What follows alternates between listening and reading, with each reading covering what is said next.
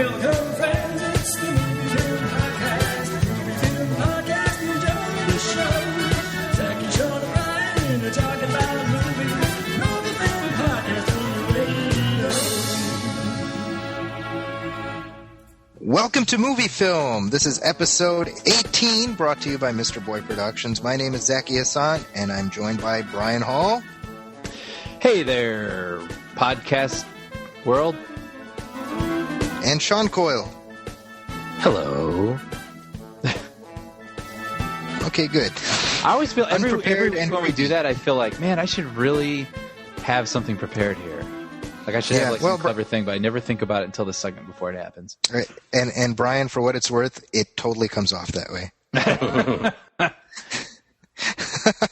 What's going on? What's new? What's happening? Well, you know, a little bit of this, a little bit of that, a little bit of the other thing. Yeah. Well, you know, I saw Oz. I saw Oz the Great and Powerful. Okay, so and, Brian, I thought of you. I have not heard one good thing about that movie. Well, get ready, Sean. Actually, I kind of enjoyed it. You like everything, though. Here's my thing. Yes, as I've said before in this podcast, here's my obligatory. Yes, it's not perfect. There are things that could have been better, and not everything adds up. But I had heard mixed things through reviews online and such, but from people I was hearing a lot of negative things, and so I went only because everyone else wanted to go. This was not my choice. Mm-hmm. And so I sat down, and everyone who chose to see the movie did not like it. But I, who did not choose to see this movie, was like, well, that's kind of fun. It's, without veering into spoilery sort of stuff, what I did like about it, I didn't like all the way that things added up to each other. So I felt like I wish things had maybe been laid out slightly differently, but I did like what they added up to at the end. Okay. Gotcha. So, but I thought, James Franco was probably stoned the whole time, but he didn't bother me as much as I thought he would, because I think I was preparing for something a little bit worse. I thought he was fine. I mean, obviously Robert Downey Jr. would have been better in the role. But it was like, he was fine. Yeah. And I thought the effects, I was ready for, Green Screen, the musical, but I didn't really feel like it was all that bad. Like, I thought the monkey character, the Finn, I think it was called Finley.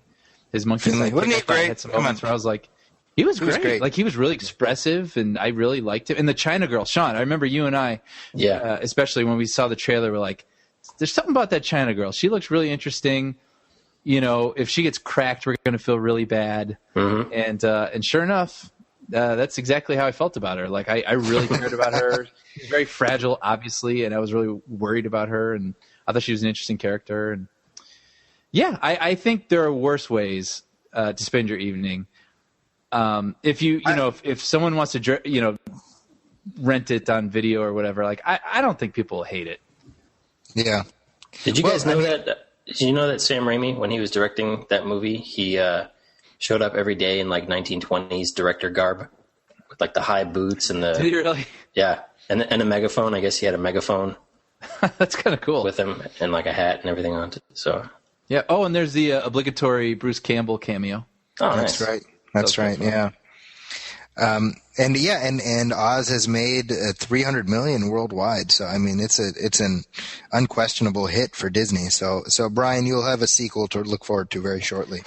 Yeah, I don't know where you'd go from here, really, because to me it sort of tied into the original. But everyone ever stop to think that it's weird that his name is Oz and the land is also named Oz? Well, that's a part of the movie. That's like a part of the plot. Yeah. Speaking of being stoned all the time, I had a student inform me earlier this week that it's actually very interesting, because we were having a conversation about legalization of marijuana, and I mentioned, I've never had any pot or anything like that, and I had a student say, "Really? I just assumed you were a pothead." Why? Because you wear shirts that have cartoon characters on them? As it happens, that's exactly why he assumed I was a pothead. Really? Yes. And I was like, really? And then all the other students were like, yeah, we just assumed you were a stoner. I'm like, are you? This is like a shocking realization to me, because I tend to wear like Batman shirts and Superman shirts and Justice League shirts. And I was like, I'm not a pothead. I'm a nerd. I don't know. I think I prefer the pothead designation. I'm not sure which way to take that. So that's really funny. Yeah, it was an eye-opening experience for me earlier this week. So, and I was going to wear my Big Lebowski shirt the next day, but I decided against that. Yeah, exactly. I was like, better go with something a little more refined. So, as we do each week, we have some listener letters to start things off, and here's one that I think you guys will be able to get some thought processes going on. We still have listeners. Mustanser asks, an alternative ending to Lost? Is this the same guy who wrote the Alien 3 question? No. Alien 3? All right. So the ending of Lost is pretty controversial, and I know you guys were pretty big fans of the show. You even had a Lost finale party, as I recall. So what did you think of the ending, and would you change it? I didn't mind the ending so much, like the way that it actually ended. I think it's just there was a lot of interesting elements that were proposed that didn't quite pay off. Mm-hmm. I think that's why people have such a hard time with it. Is that you think, Sean? Are you caught up, Zaki? I am. You're okay. For me, the ending was a total cop-out because there were so many questions that were left unanswered. Right. And it was very unfulfilling. But at the same time, it was almost like by that point, after 6 seasons of it, you were just kind of like, you just wanted to see how it was going to end. Mm-hmm. Right. It ends on such a positive note, and the symbolism and the meaning and everything that the ending represented, however you wanted to interpret where they were in heaven or whatever. Like, I liked how everybody's stories came back together at the end. So for me, it felt fulfilling, but at the same time, like, none of the questions were answered. Basically, they're saying like, yeah, everything in the show, that was all real, but that wasn't the point of this adventure. It was about these people finding each other. Yeah. So you wouldn't change anything? I would have changed stuff like by season 2.5 or 3.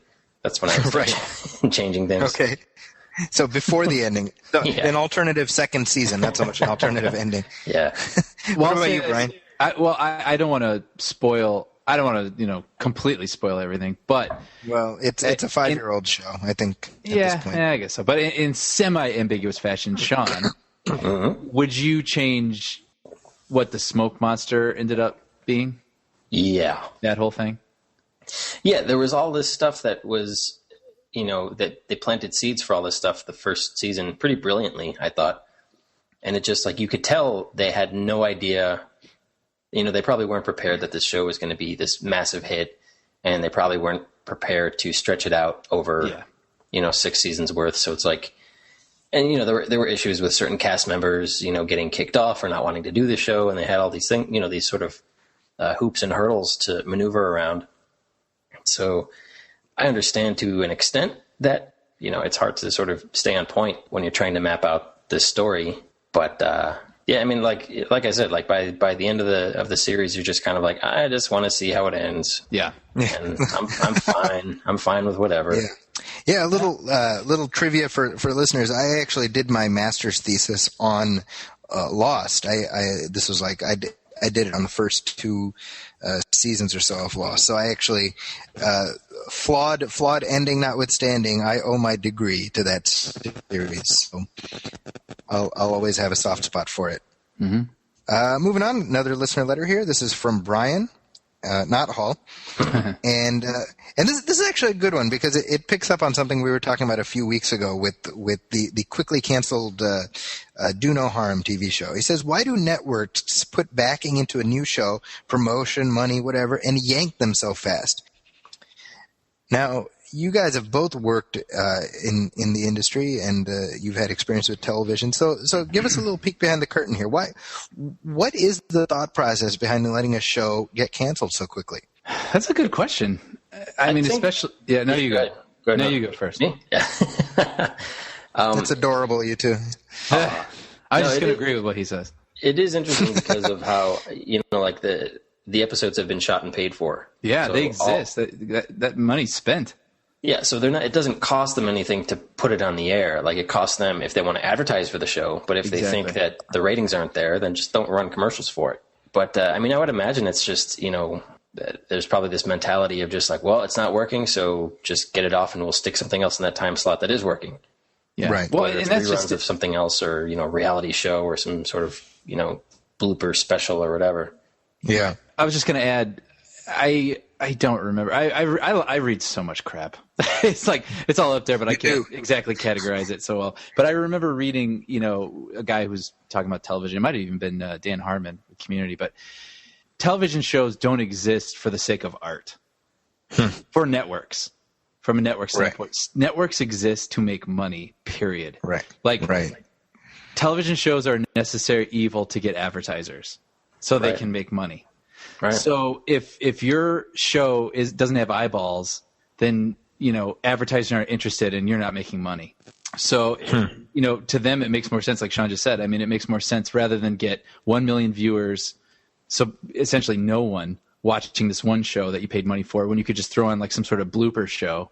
That probably costs no money, and you're probably going to get 4 million, 5 million, whatever more. It just makes more sense, and then you just try again. Right. With something else. Another show about a doctor with an evil face on his hands. Yeah, exactly. Try again.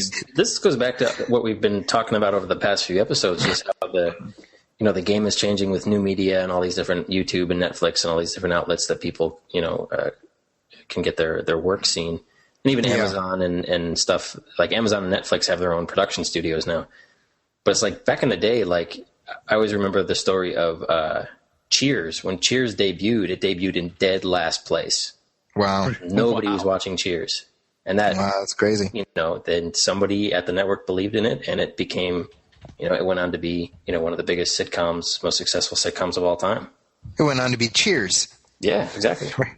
Well, and the same goes with Seinfeld. Way. Yeah, exactly. Yeah. Seinfeld. A lot of these shows. I mean, sometimes it's tricky because you sort of need a godfather representing your interests at the network who's willing to take a chance. I mean, and we're kind of seeing in not related to this where you just cancel a show quickly, but we're seeing a little bit of this reflected in what's going on with NBC right now, where they're looking to yet again move Jay Leno out of the Tonight Show and get Jimmy Fallon in there. Jay Leno is like the Highlander. I don't think anybody's going to kill him unless they take his head. But I mean, the guy's still number one in his time slot, and it's kind of like, look, you can like or dislike Jay Leno, but geez, let him go out on his own terms, Yeah. Who's to say Jimmy Fallon is gonna do any better? I think they want somebody who's going to be able to compete with Jimmy Kimmel. Yeah. Yeah, like he seems to be becoming a concern for them. Yeah. Well, we'll see. I mean, I don't know that Fallon is the guy to do it. Yeah, I don't know. He seems to be. At least in the people that I talk to, like far more popular than I realized. Oh, is that right? I mean, I like the guy. It's not my opinion. I'm just saying, I didn't know that anybody really watched it but yeah, it seems like I know people that DVR it and watch it. I feel like it's going to be another Conan situation where, I mean, Conan had been on late night for 15 years and they put him on the Tonight Show and people weren't watching him. But he's a little, my parents will watch Fallon. My parents won't watch Conan O'Brien. Yeah. That's very interesting. That's really interesting. Wow. I wasn't aware of that. Yeah. Conan's a little, he's left to center. And people don't like the string dance, I guess. Yeah. But no, Fallon is very hits all quadrants, I think. Oh, that's very interesting. He's kind of a safe bet. Yeah. Yeah. Very interesting. Moving on, we have, actually, this is kind of a cool story for me. One of the benefits of doing this show, doing this podcast, and also writing for Huffington Post and whatnot is that I've been able to talk to a lot of really interesting personalities and have great chats. I mean, we talked with Jim Sturgis last week and we've had Roman Coppola, et cetera. But this week I got to have one of just the coolest, greatest experiences of my life. And that was an hour-long chat with Larry Hama, who is the comic book writer, who essentially created G.I. Joe. the G.I. Joe that we know of today, the real American hero. He started writing the book at Marvel Comics in the early 80s, and he basically developed all the characters. He developed the mythology, the universe, everything. And he wrote it until the book ended in 1994, and he's still writing it today as they've brought it back. So, just a hero of mine, because and Sean, you know what a huge G.I. Joe fan I am. I think you and I are both sort of absolutely, competitive Joe fans. So, with the new movie G.I. Joe Retaliation coming out next week, I had the opportunity to chat with Mr. Hama. So I thought we could play some of the highlights of our interview. Please do. I'm interested a little bit in the creation process, because I've read this in the past, and correct me if I'm wrong.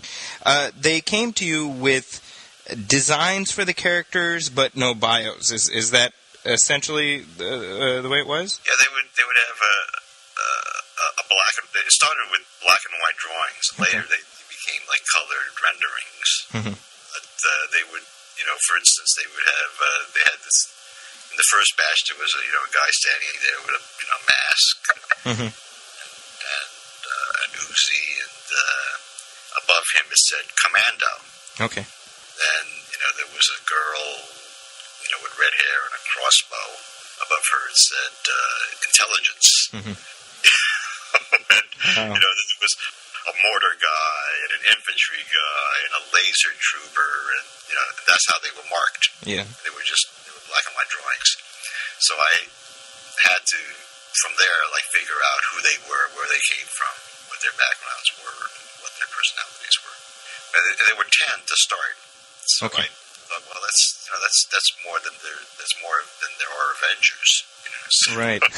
Right. And really to keep it straight in my own head.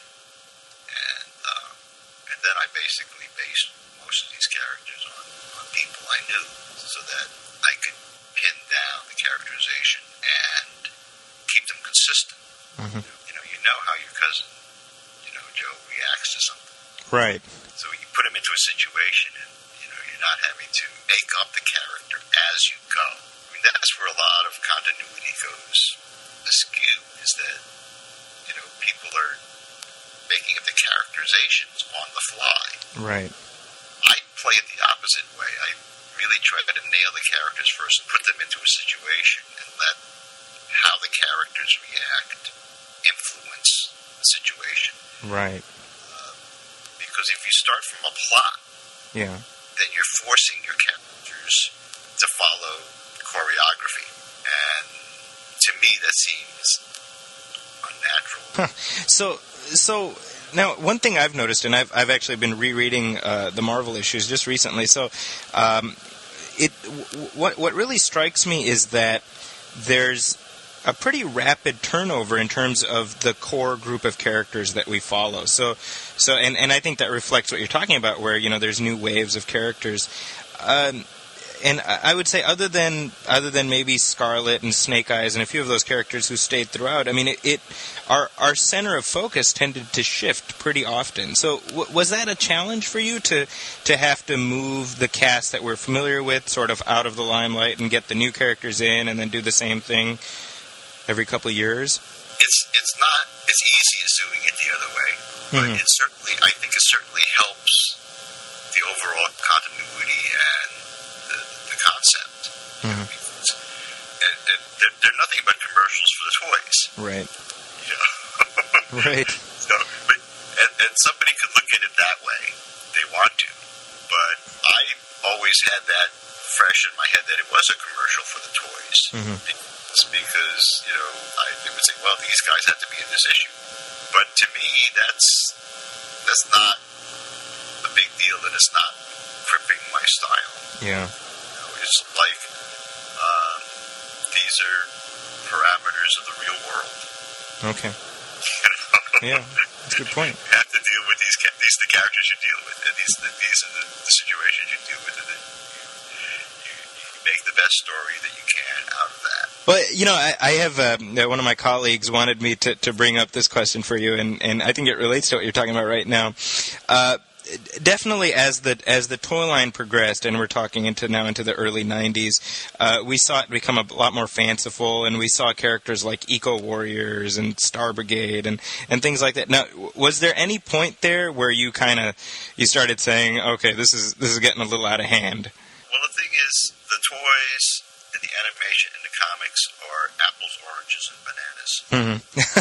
Okay. But what's good for one isn't always good for the other. If you have an animated series, you want the exact same characters there. Right. For every episode. You want real consistency because there you're dealing with a drop-in audience. Right. So that you don't have to keep explaining the setup. Right. Because the only way you gain readership is through drop-ins. Right. That's where stuff like X-Men sometimes went askew. Yeah. That the continuity would become so complex that you'd have to have been reading it for 10 years to understand what the heck was going on. Yeah. Right?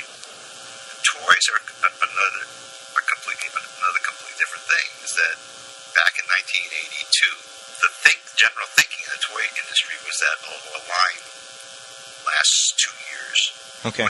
Nobody ever wanted to be caught with warehouses full of Cabbage Patch dolls. Right. Look what happened to Beanie Babies. Right.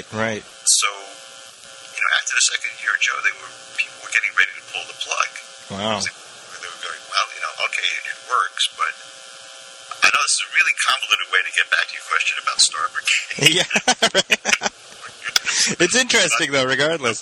But the toy company is stuck with a different problem every season. Is that they got to make the thing look different. Right. So after bunches of years of having everybody sort of look military and then sci-fi military and neon colors are in. Yeah. Let's do these neon looking guys. And then ecology is in. So let's do guys that go after polluters. That's right. Well, I remember when Flint was in the neon green, right? Right. The thing that I think that holds G.I. Joe together is the characters are consistent. Right. Snake Eyes is the same in the comic as he is in the cartoon. And that's the main thing that holds it together. Now, you just mentioned Snake Eyes, and this is a question that's dogged me for many, many years, and I figure, if there's anybody to ask it to, what is it about Snake Eyes? Because and before you answer, let me tell you my own experience as a 5-year-old. I went to Montgomery Ward, and there was Snake Eyes and there was Storm Shadow hanging on the pegs, and I bought Snake Eyes. He was the one with that came with the dog. And my brother bought Storm Shadow. He was in the Cobra fatigues. And just as a little kid, I was like, I want Snake Eyes. And I'm not alone because Snake Eyes is the G.I. Joe character. So please explain to me, what is the appeal of Snake Eyes? Well, the appeal of Snake Eyes, I think, is that I think it's stupidly simple. That any kid, no matter what they look like or where they're from, can fantasize about being Snake Eyes because he's in this mask. Right. If you show Joe's face, they become specific. Right? And then they become more specific with the details from the file card. Right. He's from this state. This is his cultural background. Right. With Snake Eyes, it's like everything is classified. That's right. And he's a cool ass ninja. Can't go wrong with that. You had a very tricky balancing act between fantasy and reality and doing that, and we talked about how it got a little bit more fantastic as the line progressed. By the time the book ended, which we're into probably 1994, did you see the writing on the wall? I mean, did it come as a surprise to you? It was a surprise to me every year that the book kept going.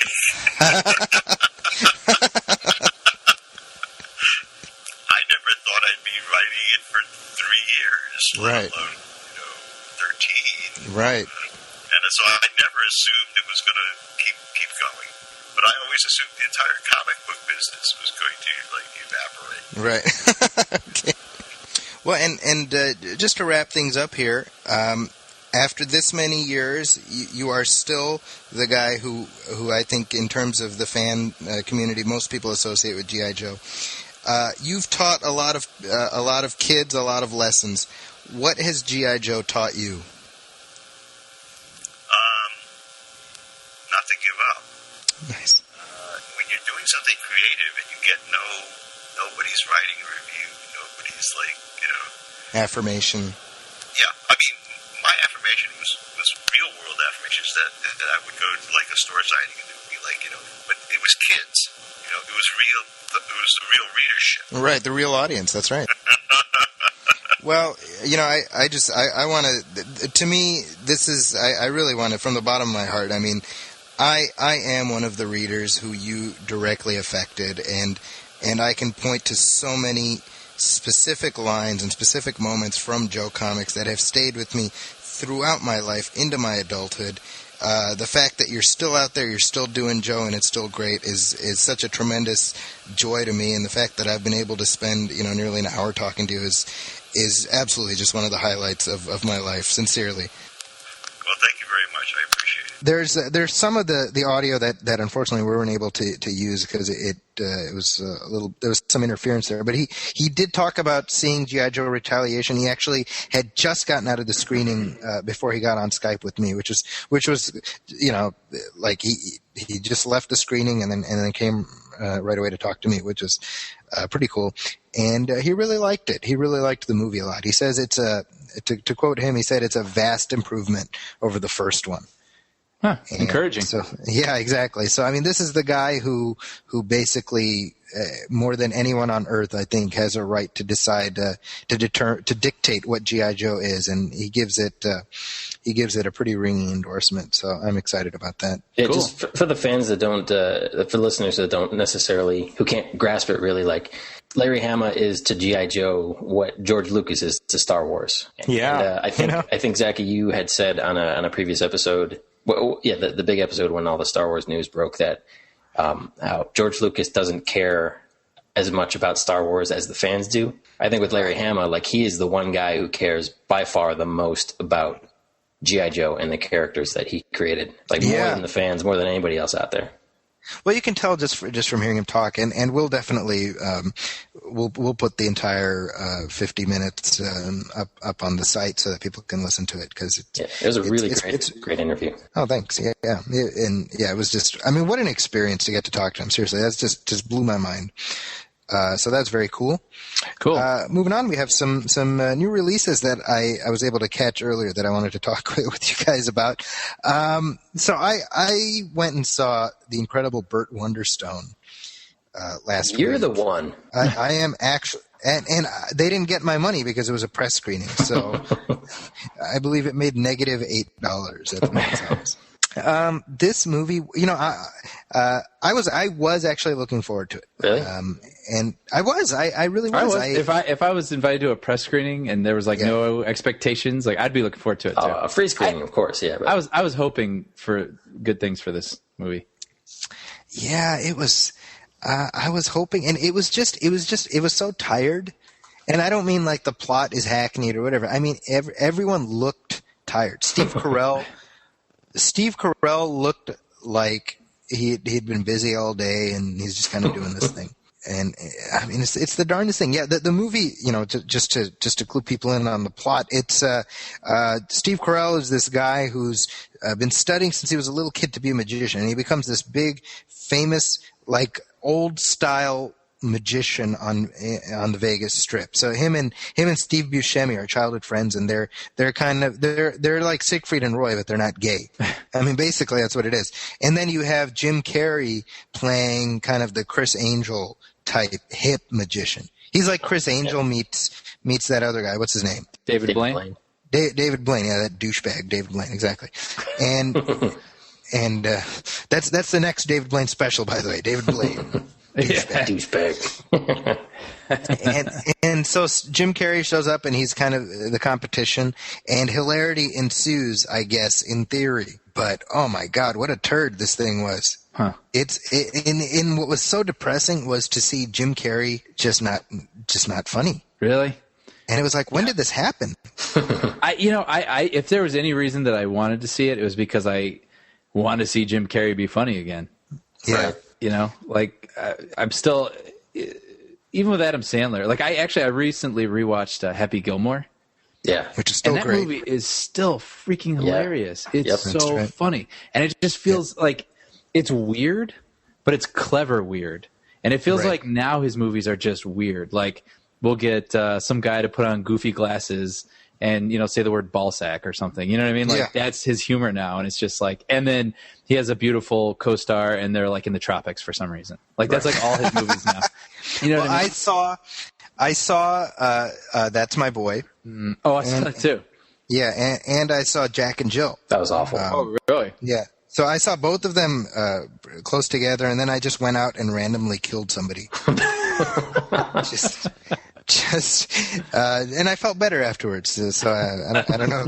I don't know if that was the intent, but to me, Jack and Jill is like that's Adam Sandler daring his audience to show up. Yeah. That's like, oh yeah, you guys go to see all of my movies? Well, check this one out. Booka booka boo. Yeah. Well, I dressed up like a girl.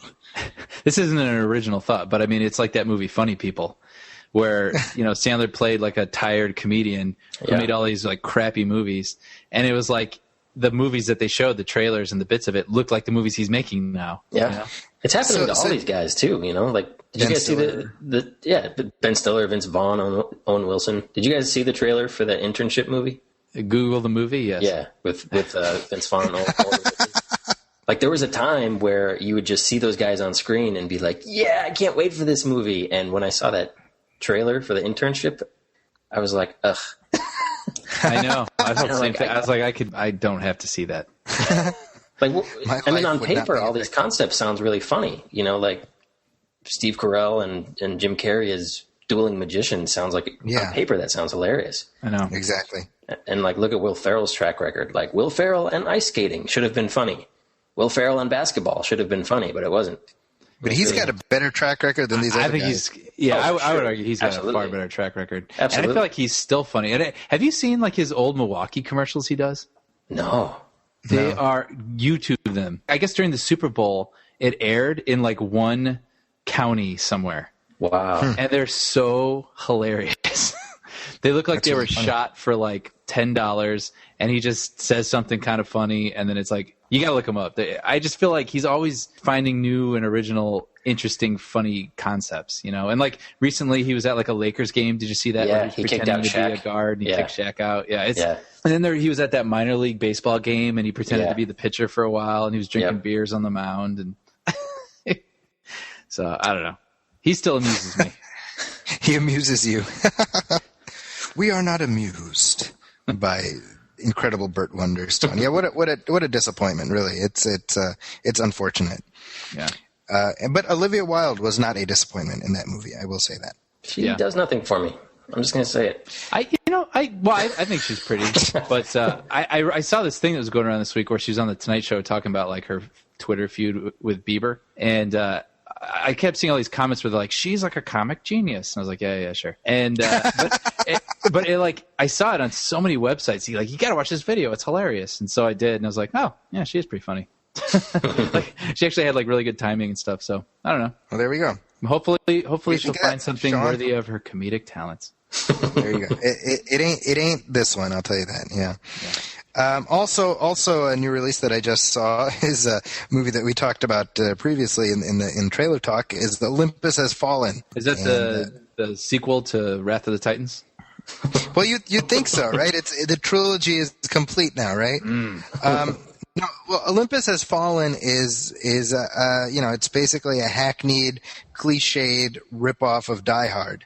But as Die Hard ripoffs go, it's probably no worse than the last Die Hard. So, so make of that what you will. This is Gerard Butler trying desperately to be John McClane. And is he like an everyman? Or is he like a superhero? Well, this is the problem. This is, it's funny that you bring that up, because that was actually the biggest beef I had with the movie, is that, it doesn't present vulnerability to him. And I mean, he gets beat up and cut up and whatnot, but we never get the sense that he's ever in any physical peril. Yeah. And so that severely undermines the dramatic, like the investment we have, I guess, and the way it's set up, and you see this in the trailer, right? He's a Secret Service agent. Aaron Eckhart is the president, and Ashley Judd is the first lady. I mean, right. I don't even know if this counts as a spoiler because it's right there in the. No, it's in the trailer. He's essentially, he tries to save the first lady in an unrelated incident, and she's killed. And so as a result, he's removed from the president's protection. And so like a year and a half later, this total chaos breaks out at the White House. The Koreans, by the way, are the new villains du jour. So as an Arab, I feel pretty good about that. I'm like, whew, that's right. Look at them.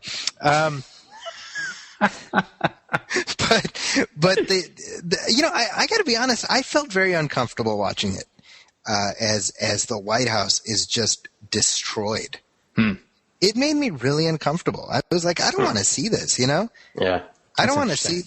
Yeah, I mean, I had this visceral reaction where we're seeing the White House just brought down.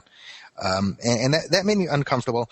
And then, God, yeah, it's just, you don't care about the villain. It's, we talked a few weeks ago about Gangster Squad and how Gangster Squad basically put tracing paper over the Untouchables. Yeah.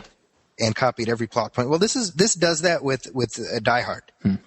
It's like Die Hard meets, In the Line of Fire, I guess, because that has a Secret Service agent. So let's throw that in there. Well, that's a shame because that's an awesome sentence. You'd think so. I mean, the potential is there. Yeah. But what I realized is that this movie does not have enough Channing Tatum. Well, you're in luck, Zaki. Am I? Yeah. Because White House Down. That's right. Coming out. When does that come out? I was hoping you wouldn't ask that. Well, yeah, apparently this is like the new thing. We had the dueling asteroid movies back in 98 and the dueling Wyatt Earp movies in 95, and now there's the dueling terrorist takeovers of the White House movies in 2013. So one assumes that other movie will be better. And it's not terrible. It's probably worth a watch on Netflix Instant. But it's so, like, by the end of the movie, I'm not going to get into spoilers here, but like by the end of the movie, it does something very interesting where it goes so over the top in terms of raising the dramatic stakes that you're I mean, you know what I mean? Because it's like, we have like 30 seconds to do this. Otherwise, this will happen, this will happen, this will happen, this will probably happen, and this will happen as well. And so you're like, okay, I don't care about any of this anymore. Yeah. And they have, and this is such a random spoiler, but it's just something that pissed me off. It's so the movie's like, it starts like the first scene of the movie is what's his name?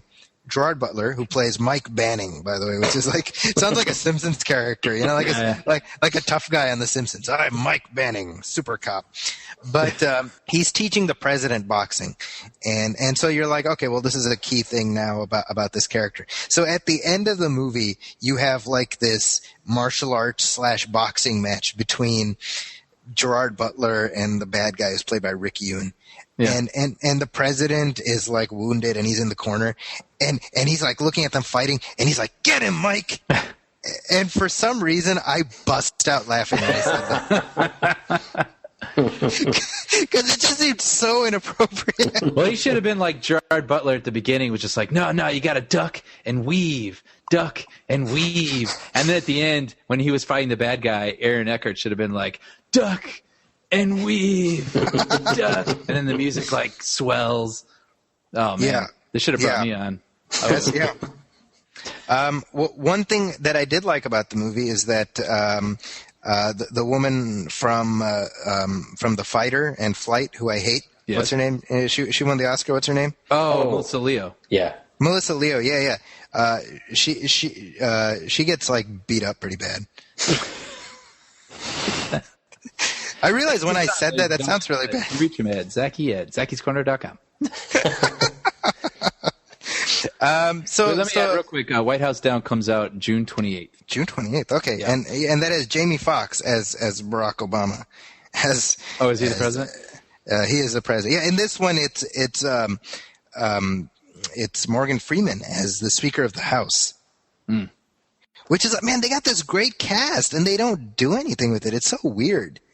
Yeah. Because Morgan Freeman feels completely out of place in this movie. Huh. So, he's got a lot going on. He's got that, and then he's in Oblivion, right? Yeah. He is in Oblivion, yeah. And he's engaged to his step-granddaughters, so that's... that is true. Truth. Pretty exciting. So good for Morgan Freeman. Yeah, exciting times. The first time I met my step-granddaughter was when I was married to her grandmother. And anyway. I wonder how in the Roland Emmerich version, how the attack on the White House is going to be. Because I remember watching Independence Day and people cheered when the White House blew up. Like people in the audience. They were like, different times. Simpler times when we could cheer the destruction of the White House. Yes. So we are a movie podcast, by the way. This is true. This is true. We're talking about movies. We are talking about movies. Anybody listening secretly? I know. That's right. So Olympus Has Fallen is directed by Antoine Fuqua, who was, for a while there, he was attached to the movie version of 24, the TV series 24. So that gives us a good segue into a new batch of headlines to talk about. The 24 movie is dead. Is what? Not going to, I know. No, you need the no beep sound, right? Like whenever they would yeah, when like a character dies. Yeah, so let's do the no beep. Good. Okay. So well played. I'm proud of us. We're actually allowing silence. Okay, good. So Anton Fuqua was supposed to direct the 24 movie, which they've been threatening or promising, depending on for a while. I'm firmly in the don't make a 24 movie camp. Yeah. So this okay. So now you guys were pretty big fans of the show. I think you were bigger fans than I was because I got you guys started. I got both of you guys started. I'm like Moses. I kind of send you off, and I can't finish the journey with you. I'm exactly like Moses. You gave me 24 season 1. That's right. And I watched a couple episodes. Yeah. And I canceled plans for the weekend, and I did not get out of my pajamas. I didn't bathe. I probably didn't eat. I don't remember eating. And all of a sudden the season was over, and I was just like, that was amazing. Right. Yeah. I was in college at the time. I was interning at Fox. And so, they have the Fox store and all their DVDs are discounted. And I was like, all right. This is like cheap. I heard it's really good. Everyone's telling me to watch it. So I bought it. And I think it was the same sort of scenario. It was like a Friday night and like nothing was going on. I popped them in.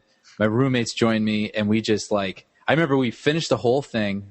And then I remember passing the disc on to someone, and then people kept asking me, like, where's disc 3? I need disc 4. I need 5. Like, all through the dorms, like, I was passing, and then I had to keep buying all the seasons. That's hilarious. To where we were. I mean, it was, I don't think I've ever watched a show like that rapidly, actually. So you guys are the fan base. Yeah. Yeah. So why do you not want to see a 24 movie? Because the format doesn't fit. Exactly. I mean, the format doesn't fit, and it's just like, why...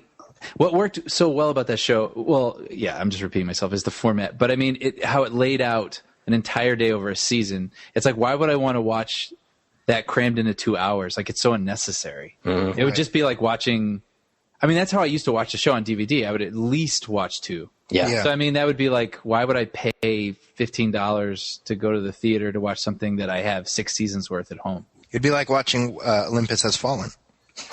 Well, actually, it'd probably be better. Yeah. Well, I don't know. But I mean, that show is, yeah. You actually raise a good point, because is Jack Bauer, like we talked a few episodes ago about, like, at least on my part and Sean's part, how we were able to forgive A Good Day to Die Hard, a lot of its transgressions, because we just love John McClane. Mm-hmm.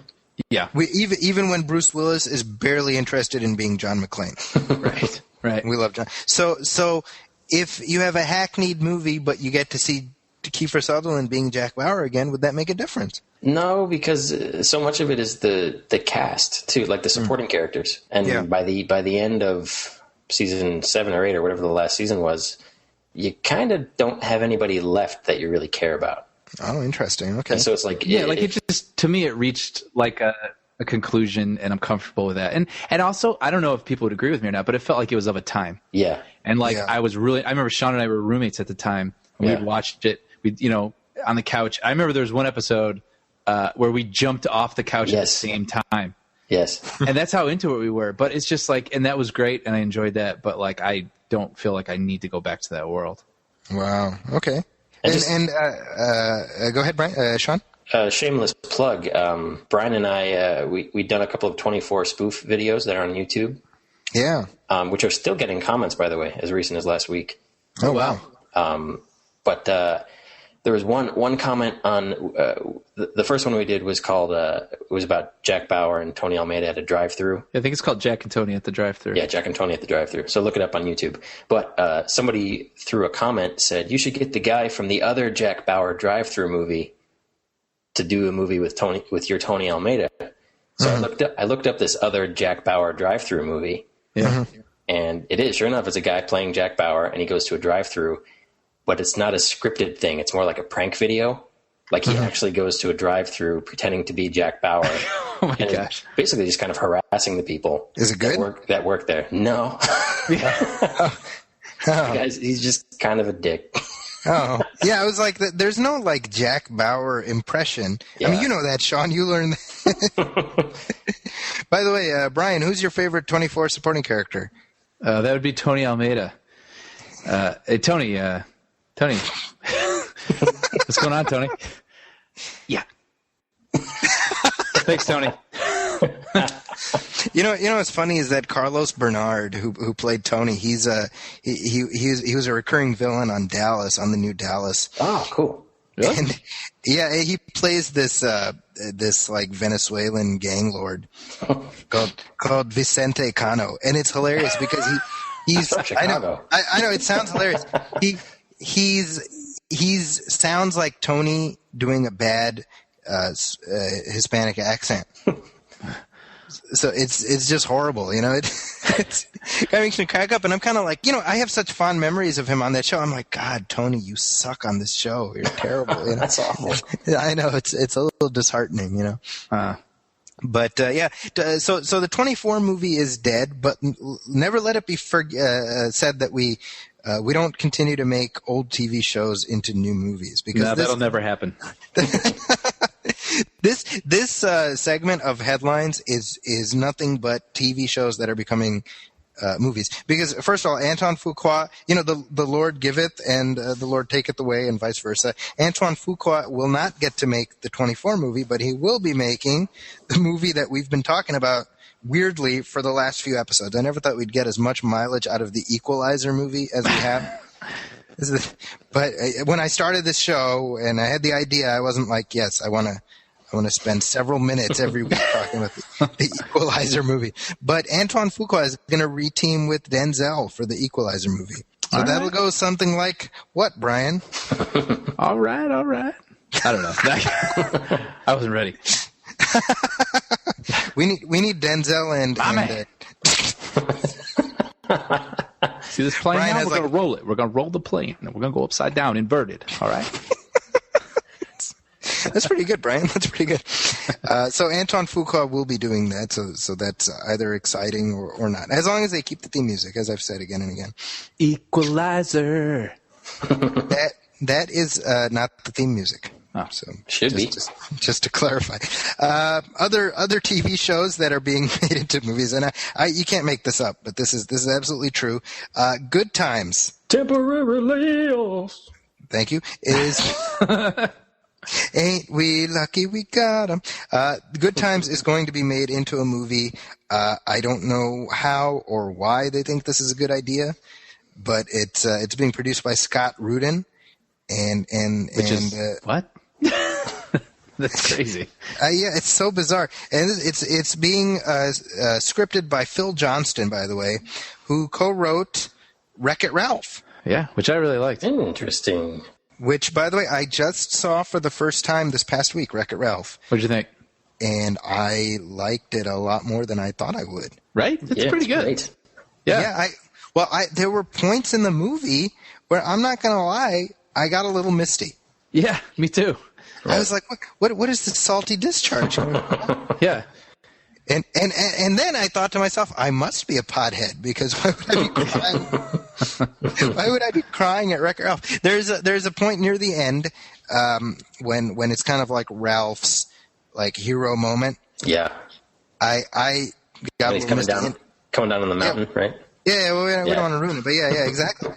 I was like, what? And my kids are looking at me like, what's wrong with you? And I'm like, do you realize the sacrifice, children? and then I hit them. Then they cried. and then your wife laughed because she's such a trooper. That's right. She's a trooper. She understood. So Good Times is going to be a movie. I don't know when that's coming out, but we've got. I mean, hey, script by the guy Wreck-It Ralph. I mean, that's enough to give you hope. Okay. But the fact that they're making a movie of Good Times is enough not to give you hope. So a little bit torn. Also coming up is The Man from U.N.C.L.E, which has been kicking around Hollywood for I don't even know how long, and for a while there, it was going to star George Clooney. It was going to be directed by Steven Soderbergh. Latest word is that Guy Ritchie is directing it, and it's going to star none other than Tom Cruise. I'm intrigued by that pairing. Yeah, me too. You know what? Nobody remembers The Man from U.N.C.L.E anymore. No. Did you? I'm pretty sure you guys have never seen the TV show. Never seen it. Nope. No. But so you would come into this completely cold. Yeah, that is correct. So is Tom Cruise playing another spy? Another spy in another movie based on an old '60s TV show. Yeah, I'm cool with that. I like Guy Ritchie. Granted, I like pre Sherlock Holmes Guy Ritchie better than those last two movies. So you're not a fan of the Sherlock Holmes movies? Meh. They're just kind of like in one eye out the other kind of. Yeah, same here. Yeah, but I don't blame him for that. I mean, that's just kind of, I think he brings a kind of unique style to it, For sure. Yeah, style for sure. And if I'd be interesting to see like what kind of era they're going to set The Man from U.N.C.L.E. Right. Like, are they going to do more of like a 60s spy kind of thing and have it be a little more like hip and sleek and stylish? That's something that suits his directorial style better, or what?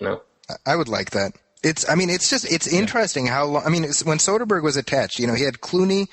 Clooney had to drop out, and Soderbergh went to Matt Damon. He went to Johnny Depp, Channing Tatum, Bradley Cooper, Ryan Gosling, Michael Fassbender.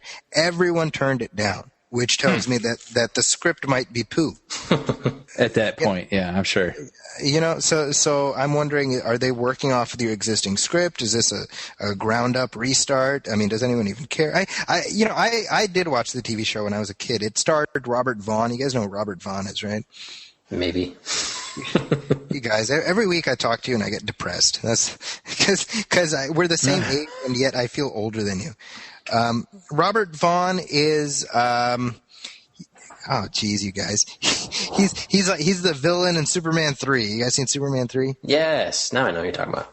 Yeah, who else That's the he only is? Superman I haven't seen. Is that right? Really? Yeah. I think I showed you part of it. I showed you the part where Superman fights Clark Kent in the. I did see that. Yeah. Yeah. Thanks to you. I think I showed that to you on my 30th birthday. That's my memory of my birthday. Anyway, it starred Robert Vaughn and David McCallum as an American spy and a Russian spy. It was created by Ian Fleming, Man from U.N.C.L.E. So it was a pretty popular show. I don't know. I'm curious to see what they do with it. I do feel like it's very much of its era, maybe more so than Mission Impossible and that stuff. So could go either way with that. The other big news as far as TV shows becoming movies broke last week with the cult TV show Veronica Mars, which Sean, you were a fan of Veronica Mars, weren't you? No, I was a fan of Kristen Bell's. Oh, okay. I've actually never seen an episode of Veronica Mars. Really? Yes.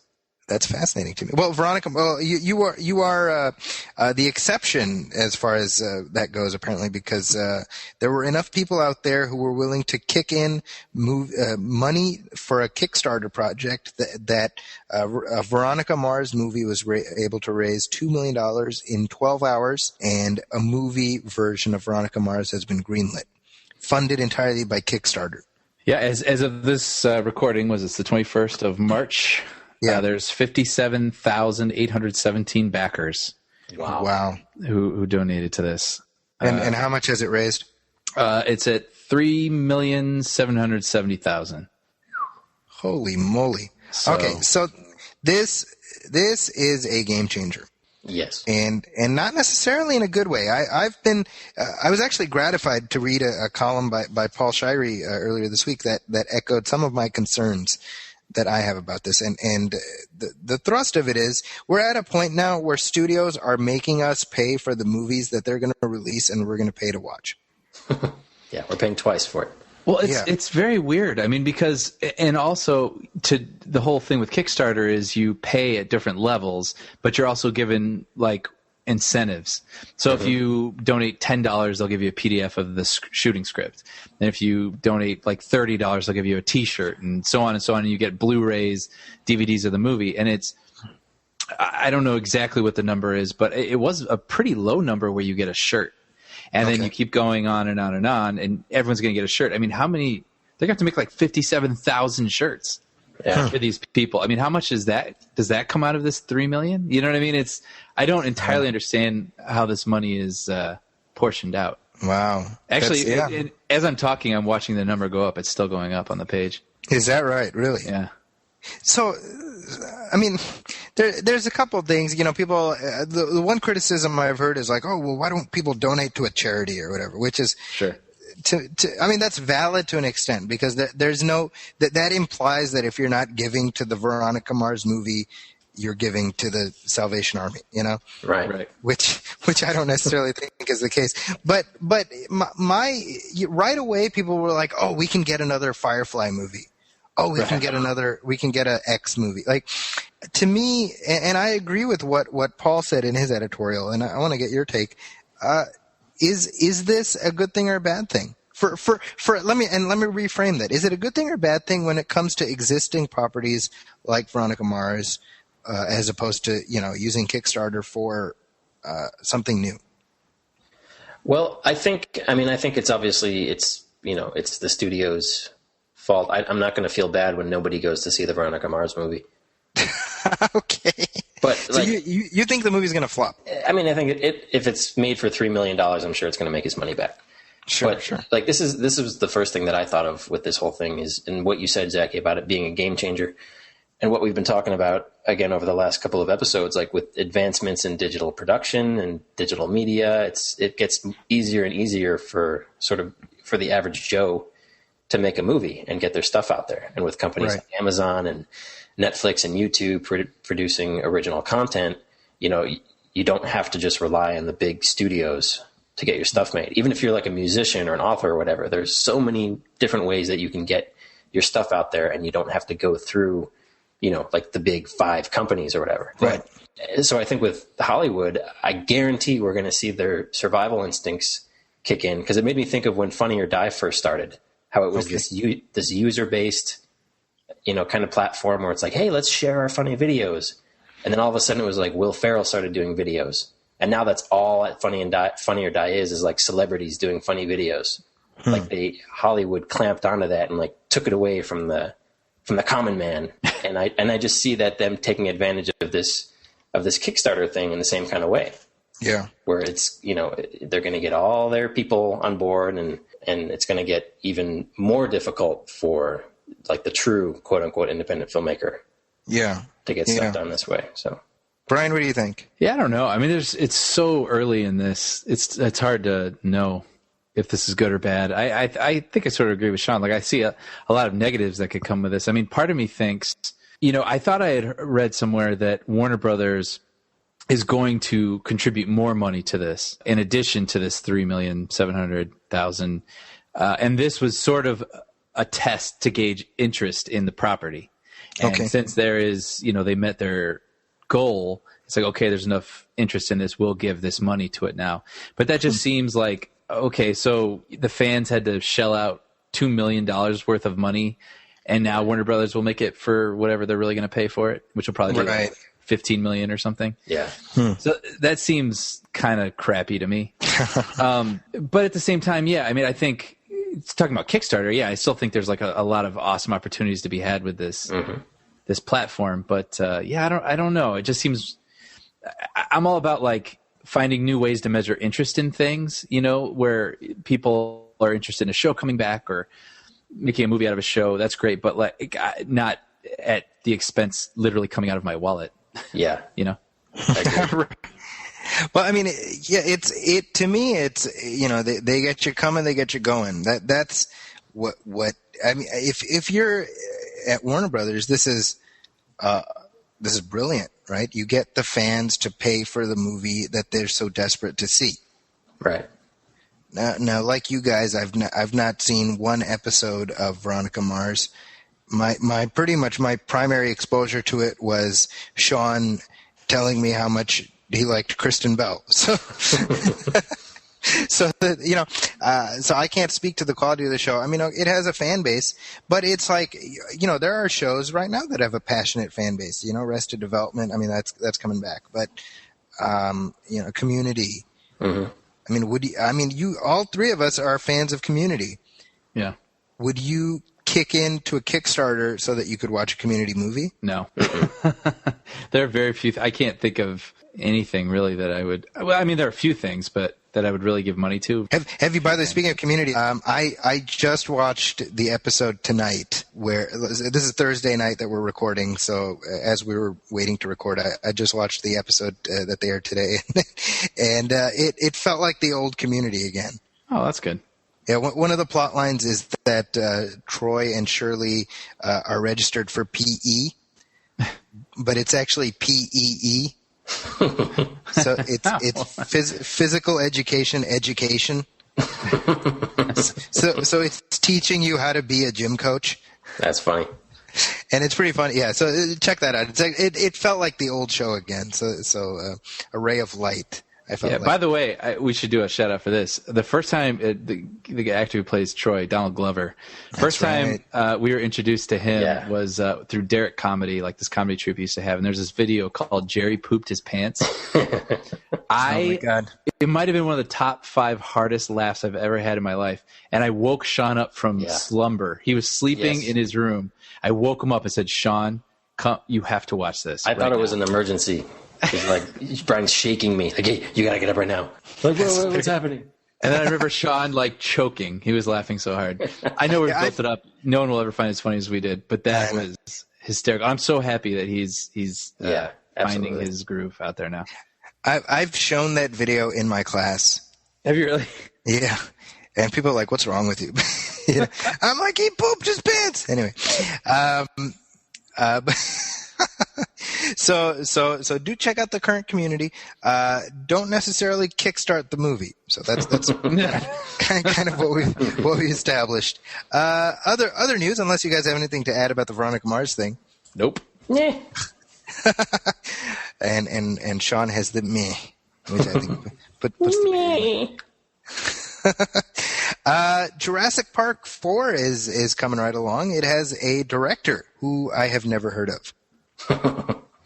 I mean, I have no idea who this guy is. His name is, what is it?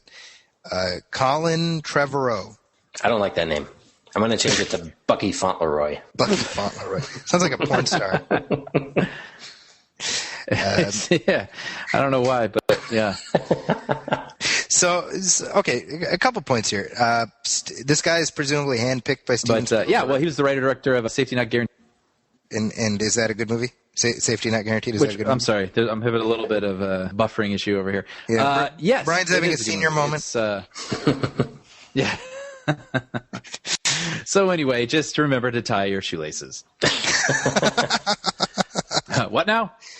No, it's a fun little small quirk. I hate to use the word quirky because usually now quirky means I probably won't like it. Quirky used to mean something, damn it. Now quirky is just like a stupid buzzword for annoying movies that want to feel like they're independent movies. But no, Safety Not Guaranteed is it's a fun little character piece with a hint of sci-fi, possibilities, and a very original idea. I liked it. Do we know anything about the story at all about Jurassic Park 4 or? I do, but I probably not really supposed to talk about it. All I'll say is there were some wild directions I think that it was rumored to go in, sort of like Dino Soldiers. Right. And that's right. The case. Right. From what I understand, let's just say, all I'll say is it's a return to form. Okay. Oh, that's kind of interesting. Yeah. I'd be interested to see if they get the old cast back. That I actually don't know about. I would love to see the old cast back together. I would too. That's who I want to see, really. Even the kids grown up. That's cool. Yeah, whatever. Yeah. I mean, and why not, really, too? Like, yeah. I'm not expecting any sort of groundbreaking, moving, epic, sci-fi epic movie, but I just want big and fun, big, loud, and fun. Yeah. Big and fun. That's people's nickname for me. And I hope that the dinosaurs look just as good as Jurassic Park 1. I don't want them to go all lazy with how CG's gotten very lazy. Interestingly enough, talking about how the dinosaurs look, one question people had was, when you look at the 20 years since the first Jurassic Park, and now there have been so many new discoveries about how dinosaurs looked, and one of the main things was how the T-Rex and Velociraptors and things have been now theorized as having had feathers. Right. So the question that people actually had was, well, is the new film going to represent advances in scientific theory about what dinosaurs look like? And earlier today, Colin Trevorrow, this is yesterday actually, he tweeted, "No feathers." Right. So that answers that. Somewhat related to this is I'm going to be watching Jurassic Park in 3D this coming weekend on Saturday morning. Nice. And it's just surreal to me. I'm going to be going with my oldest kid, and it's like, was it 20 years ago that the first one came out? And now we're at a point where we're going with kids. I mean, it's crazy. So I'm very much looking forward to that, and I'm hoping it's going to get me jazzed for seeing the new one. Because I'm on the fence about whether we even need another Jurassic Park. Because I do feel like they have kind of told that story. I mean, this has the potential to be Crystal Skull all over again. So yeah. Make of that what you will. Talking of sequels that maybe are not as necessary as one would think, James Cameron has been busy talking up Avatar 2 and Avatar 3. Do we need a sequel to Avatar, much less multiple sequels to Avatar? Everybody, 1, 2, 3. No. Avatar is one of these weird things because it's at a point now where, this has been my experience anyway, everyone hated Avatar. Yeah. And yet, clearly, enough people liked it to make it the number one movie of all time. Yeah. That's such a bizarre thing, isn't it? I mean, it's the number one movie of all time. It's colossal, that movie. Yeah. But it is just like completely faded from the public consciousness. Mm-hmm. Well, why is that, Brian? I don't know. Like, I mean, I could understand it if it had been like really successful for that year and people have moved on and whatever, but to be the number one movie of all time and to sort of, have just sort of faded from memory, really. I don't know. I don't understand it. Yeah. I mean, I understand why the movie did fade from consciousness, I think, but I don't understand it being one of the craziest phenomenons of all time, how that's happened. I don't know. Why was it so successful? That's what I don't understand. So Brian, you didn't like it when it came out? No, I did like it. If it's on HBO, I'll watch 30 minutes of it or something. I mean, it's a movie that's pleasing to watch. You know what I mean? But I don't care about it. Yeah. You know what I mean? Like, I don't care about the characters. I don't care about it's just a visually pleasing movie. So, I mean, that's why I would theorize that people don't talk about it much anymore because there's nothing really about it that lingers. A movie doesn't make $2 billion or however much Avatar made unless people were going again and again and again. Yeah. Well, I saw it twice. Did you guys see it? I saw it the one time. I saw it one time, and I enjoyed it, but it was like cotton candy. I mean, totally disposable. I mean, I mentioned this a few weeks ago. I think that like I bought the Blu-ray because I was like, well, I guess I should own the Blu-ray. Yeah. More out of like a sense of duty, you know. Like, I suppose, what will people think if I don't have Avatar in my book? You know, and I literally have not even popped it in, not even once. Well, I just don't know what the story could expand upon that I could care about. Yeah. You know what I mean? Like if some misadventure happens on Pandora, I just don't care. Who cares? Well, it's not Avatar anymore. Right. Yeah. Right. It's, you know, I will say this: if they call the sequel Ava 2, I'll pay the $10 just because. The third one could be Avatoire. Avatoire. Hey. See that? It writes itself. Nice. Yeah. From your mouth to James Cameron's ears, you know. But it's just funny because James Cameron is like, yeah, you know, it's going to be great and it's going to be amazing, and it's like, I think you like this concept. Like I think you're overestimating people's affinity for this concept. Yeah. But then again, I mean, I thought the first one would tank too. So. That's the saddest part about this whole thing is that James Cameron is now going to go back to Titanic mode where he's going to be obsessing about the Avatar universe for the next 20 years. Yeah, exactly. And we're probably never going to get another non-Avatar James Cameron movie. Yeah, well, which I mean, is a shame. Yeah. He's said as much. He's like, yeah, I'm done doing anything else but Pandora. And Yeah, he had some quote where he said, like, any story that I want to tell, anything I want to say from now on, I could say in this universe. That's right. Which is it's a shame. Yeah. It's, you know, and when you really think about it, I mean, his output is pretty minimal. Like in big picture terms, how many movies he's made? Not that many, especially when you compare him to like a Steven Spielberg. Right. The quantity, yeah, but most of his movies are some of my favorite movies of all time. Yeah, I mean his hit to miss ratio is pretty good. Yeah, for sure. Yeah. But I don't know when we can expect the Avatar sequel, but I don't know of anyone who is excited for it. So make of that what you will. Other movies that are coming up, we have Trailer Talk, and this is one that a lot of people are excited about. I am not as much excited about. It is Kick-Ass 2. Me and Hit Girl, we're training every day. And there were more and more people joining us every night. Colonel Stars and Stripes reporting for duty. Otherwise, what's the point? I am gonna make Kick-Ass pay for what he did to my dad. Guys, Franz, wieder. Oh, Jesus! Yeah, there's a dog on your balls. So, either of you guys see the first Kick-Ass? I did. Yeah. What did you guys think of it? I didn't make... people seem to be really into that movie, and it didn't make much of an impression on me, to be honest. Yeah. Oh, okay. Yeah, it was... kind of was.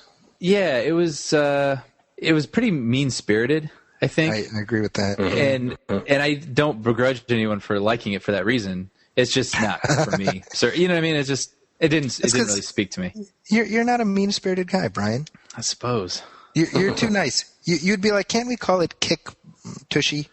Couldn't we call it handouts? Like everyone just gives handouts to each other. Heal the world. Yeah. It's a very different movie you envision, Brian. Nah. The trailer, it was just like, okay, yeah, it just looks like more from the other movie. So it didn't do much for me. But I will say, Jim Carrey looks like he's bringing it.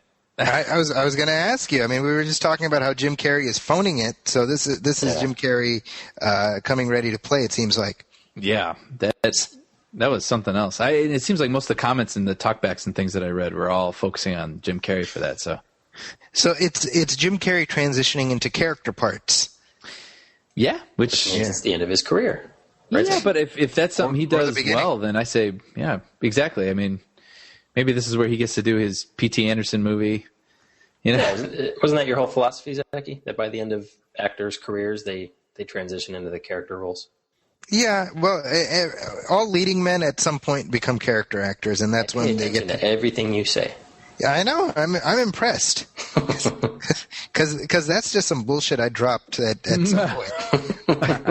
No, but it's true. I mean, when you think about like leading men actors, they reach an age where they get to kind of play those character parts, and that's when you ideally get some of their richest work. I mean, in theory, when they can break out of that box. I mean, I think I made that comment in reference to like Harrison Ford. I'm pretty sure. Probably. You know, but for me, the first Kick-Ass lost me with that. What's her name? You know, the 10-year-old with Tourette's. Yeah. I was like, I don't ever need to see this. It's just vile, you know. But yeah, people by the way, she had just come from doing the My Friends Tigger and Pooh cartoon for Disney. Are you serious? Yeah, she was the voice of the little girl in that cartoon. Chloe Moretz. Yeah, and then she went on to doing dropping the C-bombs everywhere. Yeah, no kidding. Wow, I didn't know that. Yeah, Kick-Ass is created by Mark Millar, who he also created Wanted. So for me at least, I see a consistency in his output, which is very, very pervasively negative. I don't know. Maybe that's just me. But other trailers. We have a new look at Star Trek Into Darkness. Just came out today. You guys have a chance to check that out? Yeah, looks just as epic as it has with the last couple of trailers. By now, all of you have heard what happened in London. The man who did it is one of our top agents. Your commanders have committed a crime I cannot forgive. None of you are safe. Clear the room!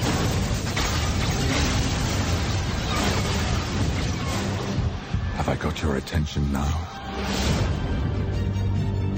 This could just be the beginning. I request permission to go after him. Starfleet is not about vendetta, Kirk. Maybe it should be, sir. Jim, you're not actually going after this guy, are you? I have no idea what I'm supposed to do. I only know what I can do.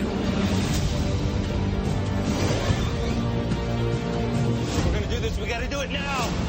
We will not fit. Oh, fit will fit! I told you we fit. I am not sure that qualifies. I watched you murder innocent men and women. I will make you answer for what you did. You have no idea what you have done. I will walk over your cold corpses.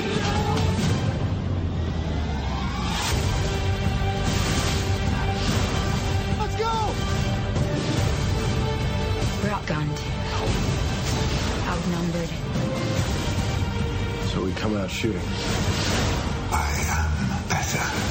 At what? Everything.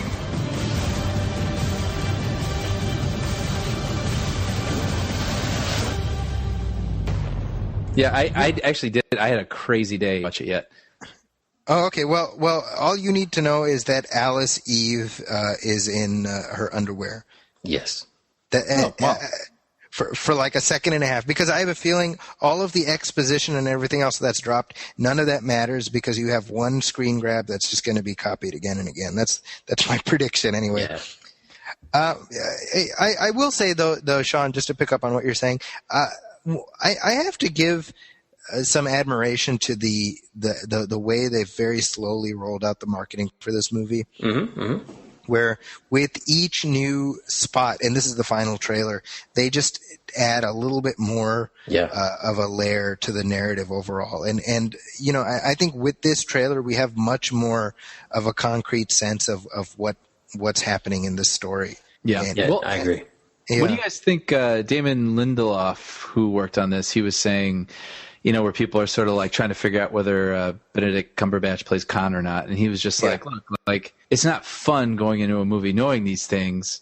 You know, the crew doesn't know what's going on within the story, and we want you to be going along on the journey with the crew. So you should know as much as they do and discover when they do. And what do you guys think about that whole philosophy? Thing he's ever said. I absolutely agree. And I understand it's like you want to, just in this information age where we can read about everything, you want to sort of be ahead of the curve and everything. But I was like, no, I absolutely agree. It's, you know, when I was, there was a year where I wasn't working. And so just to save money and for fun, I'd go to test screenings. And I'd see these movies months before they would come out. And in many cases before there was even a trailer. And it was so fun going into these movies with no expectations, not even knowing exactly what the movie was going to be like. Mm-hmm. And I usually enjoyed the movie more. Oh, really? Know? And then people would, I remember one example was the movie Young Adult with not Cameron Diaz. What's her name? Charlize Theron. Charlize Theron. And that's right. I didn't know anything about it really, saw it, just took it for what it was, and I really dug it. And then when it came out... Patton Oswalt is in that, right? Exactly, yes. Yeah. Jason Reitman. And when it came out, a lot of people didn't like it, and I was like, well, why? And they're like, well, the trailer made it look like it was a comedy, and it wasn't a comedy. And I was like, oh, well, so, they had expectations that weren't met. Right. All these other external things, and I was like, oh, well, it was presented in front of me, and I really enjoyed it. So I don't know, I agree with what he's saying. I'm glad that the trailers have been sort of ambiguous and we don't know everything. Yeah, well, and I feel like this Khan speculation has been going on for years. I mean, maybe I'll be proven wrong, but I think everyone is chasing their own tail, really, because I don't think Benedict Cumberbatch plays Khan. No, I don't see how you can look at him and find any similarities with who Ricardo Montalban played, and this is meant to somewhat exist alongside those movies, so I just don't see how you could possibly make that work, Yeah. Doesn't make any sense. Don't make no sense. I bet Khan's showing up for the third movie. I bet that'll be like a big twist at the end of the second movie. Yeah, but this is something that bugs me, right? Because people are like, oh, you got to have Khan. Like people are talking about Khan like he's the Joker of Star Trek. Like I agree with what you're saying. Yeah. It makes no sense because the character, the reason Star Trek 2 works is not because this is like Captain Kirk's arch enemy, like he's Lex Luthor. It's a specific story that works, because of the way it's structured. And it's just so weird to hear people saying that, like, oh, you gotta have Khan. It's like, well, no, you actually don't. Right. Because there were 9 other movies that didn't have Khan, and there were hundreds of episodes of the shows that did not have Khan. You know what I mean? Right. Yeah. It's very bizarre to me. We'll definitely talk about this more when we do our inevitable Star Trek episode when the movie gets closer. But that's been a pet peeve of mine. Yeah. And knock it off, people, will you? Zaki's. Yeah. I'm getting irked. Yeah. All right. I'm getting irked. Another trailer. And normally we talk about movies, but I thought this is movie related, and we've been talking about TV shows becoming movies. This is a movie becoming a TV show. This is Hannibal, the TV series based on the Hannibal Lecter character played by Anthony Hopkins. Mm-hmm. Let's play some of this. Can I borrow your imagination? A review board okayed active return to the field. Question is, do you want to go back to the field? I wouldn't put him out there if I didn't think I could cover him. You unstable? I've told the board I'm recommending a Zaki valve. Dr. Lecter, I need you to help me with a psychological profile. Jack thinks I need therapy. What you need is a way out of dark places when Jack sends you there. Last time he sent me into a dark place, I brought something back. The liver was removed. He's eating them. Our cannibal loves women. Whatever he did to the others, he couldn't do it to her. You think this was a copycat? You've been terribly rude, Miss Rose. What's to be done about that? What kind of crazy is he? This girl's killer thought that she was a pig. Is it harder imagining the thrill somebody else feels killing, now that you've done it yourself?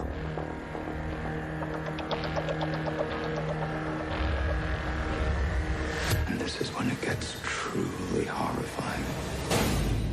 So... Gross. Well, now, Sean, you're a fan of Dexter. I was. Okay. Up until 4th season. Up until you realized he's a serial killer. No, they just sort of they took his character in different directions that just weren't interesting. Okay. Yeah, and what's weird about Dexter is that it's not a great show. Okay. It isn't. It's not a great show, but there's something compelling about him, about the main character, played by Michael C. Hall, because he's really good and he's really interesting.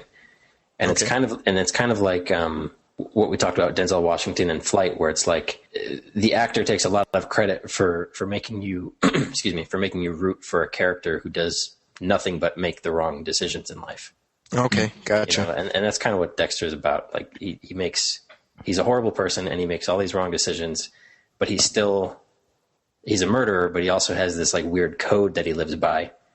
And because the actor is so good, you're always rooting for him to sort of like, you know, live within these weird rules that he's established for himself and not, not become completely corrupt.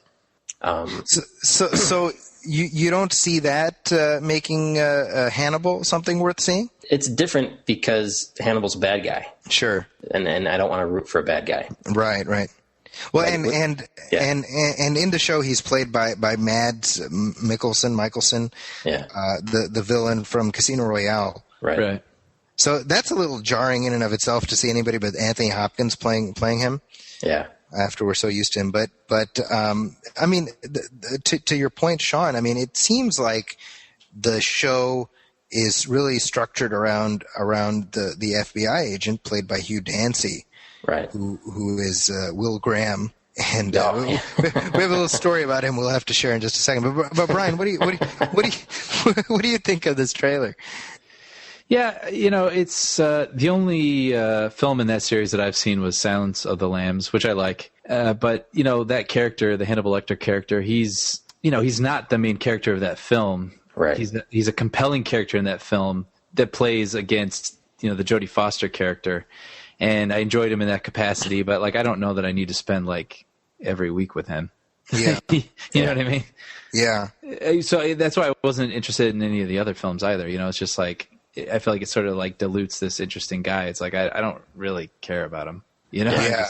It's taking a supporting character and giving him certainly Hannibal. The movie Hannibal, I felt like I had lost my innocence after seeing that movie. It was awful and just disgusting. And Ridley Scott directed it. Yeah. And that's just it ended and I was just like, what did I just see here? Yeah. It was horrifying. I mean, it's a bad guy killing worse guys. Yeah. And nobody wins. Yeah, you can't root for Hannibal Lecter. Right, which is exactly. In a weird way what that movie was trying to do. It's like, no, he's the hero, sort of. Well, the novel is a million times worse because the novel ends with essentially the Clarice Starling character gets brainwashed by Lecter and she becomes his lover. I mean, to me, the only thing I can think of is that Thomas Harris, who wrote the novel, was mortified by how Hannibal Lecter was turned into a hero, and this was his way of saying "F you" to everybody for letting that happen. I mean, what other explanation is there, you know? But interesting story about, right after they made Hannibal, which did really well, Dino De Laurentiis, who's one of our favorite punching bags here, he wiped his ass across the 80s, and he was back for more in the 90s, and then he died. But before he did that, in the 1980s, they made Manhunter, which is the original adaptation of Red Dragon, and that stars William Peterson as Will Graham, who's the FBI agent. It stars Brian Cox as the first Hannibal Lecter, and that movie came out. It must have been 86, 87, something like that. Yeah, Michael Mann, right? Yeah. Michael Mann directed it, yeah. And it's a pretty good flick, no doubt. So that movie came out. It didn't do that well. So De Laurentiis sold off the rights to make Silence of the Lambs. Silence of the Lambs does very well, at which point De Laurentiis gets the rights back, and that's why he makes Hannibal. And then he says, we should redo Red Dragon, the novel, and do it, more in line with the book, and we can get Anthony Hopkins back, etc. So they make Red Dragon, which is where our little story comes in. Where Sean, you, me, and a mutual friend, we went to see Red Dragon, and we liked it. I mean, it was pretty good. We come out of the theater, we're talking about it in the lobby of the AMC. And it's like, Edward Norton played played Will Graham in this one, and he was good. But William Peterson played Will Graham before, and William Peterson is Will Graham. And I was like, what a weird thing to say, because you're talking about it like Sean Connery is James Bond. Yeah. You know what I mean? Like it's like he played him the one time in that one movie. It's just very. I just thought it was an odd thing. Anyway. So 10 years go by, and every once in a while I'll tease Sean. I'll be like, hey, William Peterson is Will Graham, and we have our mutual little inside joke. So like a year ago, the news breaks about this Hannibal TV series, and the story is Hugh Dancy has been cast as Will Graham in the Hannibal Lecter TV series. And I swear to God, not making this up, the first comment, this was on Deadline, Deadline.com, the first comment under that story is William Peterson played Will Graham in Manhunter. William Peterson is Will Graham. Yeah. So I just sent that to Sean, and I was just like, this is the first comment under there. and Sean, and I get an email back, and the email that I got back from Sean is like, hi, this is Jim. I work with Sean. And he opened up your email and chuckled a little bit, and then he just disappeared like Obi-Wan Kenobi in Star Wars. There's just a pile of clothes there now. It was this perfect loop that tied together. Here's the thing. What amazes me is it took 10 years for the universe to close the loop on this inside joke. I still remember. I just backed away from my desk, and I was just like, there it is. We're done. It took a while, but we made it. So just by virtue of that, it makes me want to watch this TV show. I don't know. It premieres this summer. I'm mildly curious. We'll see what happens with that. And actually, it's only tangentially related, but another show about a serial killer from a movie that's been made into a show is Bates Motel. Yep. Yeah. I didn't see that. I didn't get to catch it. That creepy. Yeah. And not good creepy. I found it unnerving creepy. I have no desire to watch Norman Bates, the series. I am just tired of all these shows being centered around just despicable characters. Yeah, you're not kidding. I don't want to root for any of these people. Do you not like the movie Despicable Me?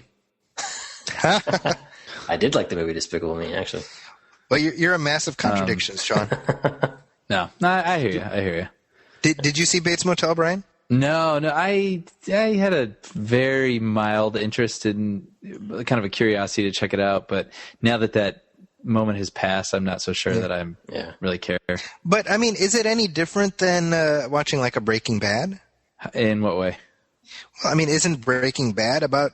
I mean, Walter White is not. Well, I'm sorry. No, I was gonna say I don't have necessarily a problem with the despicable character thing. Oh, okay. It's sort of like we already know how the story ends, right? And so this is basically just stretching out, filling in backstory to these characters, where it's like, well, sometimes I care about that, sometimes I don't. I don't know that I care about these characters or enough to really want to watch the years leading up to the moments that I'm familiar with. Right. Yeah. So it's like the anti-Smallville.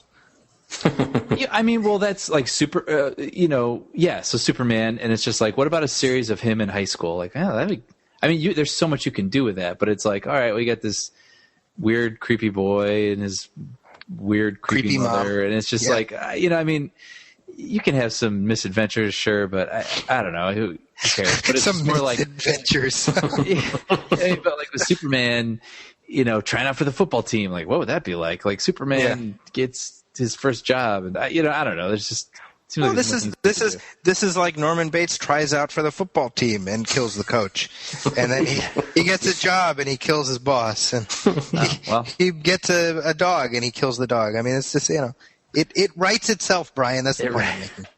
Yeah. So I don't know. Maybe it'll be great, and if that's the case, I'll listen to people say how much they like it. Yes. Well, I want to know what to make of the exploits of young Master Bates. That's actually all I've been wanting to do this entire discussion was just say that. So. Get to that joke. I'm sorry I didn't do a better job of setting you up for that. That was a great line in the toy. Mr. Brown, this is Master Bates. Master Bates! Yes, that's Richard Pryor. Richard Pryor. This coming Monday, the 25th, marks the anniversary of The Outsiders, the movie being released. It is the 30th anniversary of The Outsiders. Holy crap. Yeah, I'm amazed that there isn't some kind of a deal being made about that, because I think The Outsiders is a seminal movie, and that's why we collectively decided to make it this week's recipient of the Movies That Matter Spotlight, The Outsiders. Okay, not ideal, but we'll move on. Yeah. We'll fix it in post, right? That old Mac sound effect. That was fixed. Right? Sean, tell us about The Outsiders. Well, it's about a boy and his dog. Okay. This is the dog is named Outsider. Here's the real quick IMDb summary for those who have not seen it. When two poor greasers, Johnny and Ponyboy, are assaulted by a vicious gang, the Socs, and Johnny kills one of the attackers, tension begins to mount between the two rival gangs, setting off a turbulent chain of events. A little bit of history about the movie. It was based on the novel by S.E. Hinton. The movie came out in 1983 and was directed by Francis Ford Coppola after he'd done The Godfather Part 2. And right around the same time, he did Rumblefish, because I think Rumblefish came out right after The Outsiders. Yeah, he filmed it alongside, basically, yeah. Yeah. And I remember the first time I saw this movie was in the 6th grade, and we had just read the book, and what didn't seem like the amazing part for me was that in this movie, it literally stars everybody. Like Patrick Swayze and Dylan and C. Thomas Howell and Ralph Macchio, Tom Cruise, Rob Lowe, Emilio Estevez, Diane Lane. In the 6th grade, I already had a pretty good idea of who most of these people were. So at the time when I first saw it, I didn't think it was like this big deal. But like, what are the odds that Francis Ford Coppola had all these guys in this movie before they were anybody? Yeah, pretty amazing. Yeah. Well, and Sean, I mean, you know the story about how Coppola ended up doing the movie, right? Yeah, that's a really interesting. It's kind of interesting. Are you bowling back there? What's going on? I don't know what that was. We're losing playing dice in an alley. I just happened to have a microphone here so I could record. He's playing stickball. These guys, yeah. The students at this junior high had read The Outsiders, and basically they were convinced that the only director who could make a good movie of The Outsiders was Francis Coppola, because for these kids, The Outsiders was like The Godfather for them. Right. And so they wrote to him and they sent him the book, and they were basically, in a letter, they said, we'd love it if you made this movie because, we think you're the guy. And he read the book and he said, yeah, I would absolutely do this. Yeah, that's crazy. Isn't the movie dedicated to them? Yeah, that's right. Yeah. I mean, what a great story. That's just Very one of those cool things. Yeah. And then, in doing the research for this, to look back on it, I didn't know this, but S.E. Hinton, when she wrote the book, she was 16. Oh, wow. I didn't know that's crazy. She's 16 when she wrote this book. That's crazy. That's amazing. Yeah, I guess she wrote it. She grew up in Oklahoma where the story takes place, and it was about two rival gangs at her school. And she had this desire to show sympathy toward the greasers, and so she decided to write a story from their point of view. And it's gone on to sell 14 million copies. And that's amazing. Yeah. Well, whenever I've seen this movie a bunch of times and I love it, but nowadays whenever I think of this movie, I always think of this joke that Jay Moore said relatively recently about how there's this profusion of Kardashian related shows and spin-offs and whatnot. Have you heard this? Jay Moore made the comment that of course, we all know that Kim Kardashian, her career started because of the sex tape she made with Ray J. Yeah. And that, of course, led to this empire of shows and spin-offs. And so Jay Moore made this comment where he said that Ray J's junk has launched more careers than The Outsiders. I always think about that with this movie because it really is amazing. I mean, pretty much everybody who appeared in this movie went on to some degree of notoriety, and the vast majority of them are still acting today. Yeah. This is the first time I saw Matt Dillon. I remember him being like that cool guy that you look up to. Mm-hmm. Yeah. Which is his role in the movie. But even as a little kid, I was like, man, he's so cool and he's such a badass. Yeah. Yeah, but I wonder if it's still. I read it in 7th grade, the book, and then we watched the film. And I don't know. I guess I would assume to this day it's still being read. Yeah. As far as I know, it is. Yeah. As far as I know, it is still being read. Yeah, I mean, maybe not in as many schools as it was, but I mean, I know of students who've read it recently. Yeah. Yeah. Well, did you see that there was a director's cut that was eventually put out? That's right. Yeah, like and 30 extra minutes of footage or something. Yeah. Apparently, I guess Francis Ford Coppola had said a lot of kids said, they liked the movie, but there's a lot of their favorite scenes that hadn't made it into the movie, and I guess it was at the studio's insistence that they trimmed it down. Yeah. It's pretty slim. It's like 90 minutes long. Mm-hmm.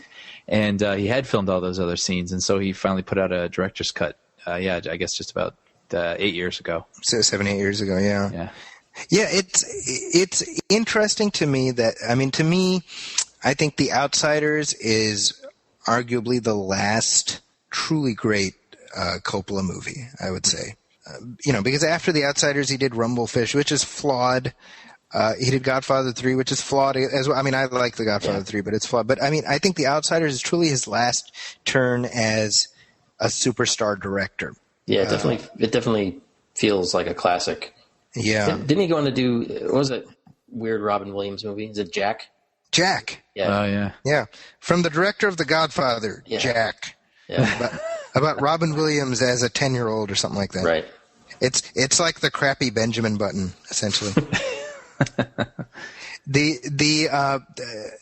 For me personally, Francis Coppola has always been a real inspiration to me. I listen to his commentary tracks on the Godfather movies, and I always say this: like if I had heard his commentary tracks a few years earlier, I wouldn't have needed to go to film school because everything I needed is in those 9 hours or whatever of his commentary. Right. I've heard you say that. I really need to give those a listen. Yeah, it is hands down, the Godfather trilogy commentaries are one of the best commentary tracks I have ever heard because you are sitting with him as he narrates them to you. That's great. The behind not narrates the movie. He's not like Schwarzenegger, like and the sword is in the snow. He's not doing that, but he's narrating his experiences to you. It'd be great if he's just doing a Schwarzenegger impression. Yeah. Look there, pony boy, he got shot. Well, and that's another thing I remember about The Outsiders is being heartbroken when Johnny dies. Yeah. Because Johnny's played by Ralph Macchio. Because I saw The Outsiders just after I saw Karate Kid for the first time. Yeah. And so that was pretty traumatic when Daniel-san, no. Yeah, I was like, do the crane kick, it'll save you from the fire.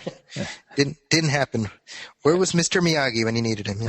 I remember in film school I had to do a mise-en-scene analysis of that the shot where it's after the fire and Ralph Macchio is laying face down in the bed, and so like his face is sort of like right up in the camera lens, and it's a really a long lens that they use. And then C. Thomas Howell is like behind him, but looks like really tiny because of like the weird forced perspective. And just that image, that's probably the image that stands out the most. Well, I mean, and like a beautiful looking movie. Yeah. Well, that, I mean, just by virtue of having Francis Coppola behind the camera, it's gonna look sharp. Like, I mean, the guy knows how to frame a shot. Yeah. And one thing that I was thinking about this actually in relation to Goonies, which we talked about last time, right? Because to me, Outsiders is almost like the more serious version of Goonies. In the sense that it's a kids movie and it's set entirely in the kids' world, but the stakes are real. Yeah. Right? And that's the trick. I mean, I think that's why kids respond to this movie, right? It's and I'm going to make another Godfather comparison here, right? When you look at the Godfather, for example, certainly the first one, actually all three of them, they exist kind of within the mob world. So we don't ever get the perspective of the police trying to bring down the mob. Right. It's always the this family against this family, and and that's how The Outsiders is. We don't ever have the parents. Yeah. Right. As it's about the kids dealing with each other. It's about the greasers and the socias among themselves. So we don't have the law or mom and dad. Right. Yes.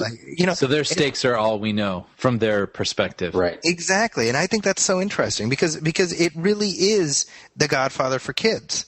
In And I was reading about during the production, and this sort of speaks to what you're touching on there a little bit. These guys really formed like a tight bond with each other because similar to what Spielberg did in Saving Private Ryan, where he had like the main group of actors all had to go through like boot camp and all this training and all this, like they spent all this grueling time together.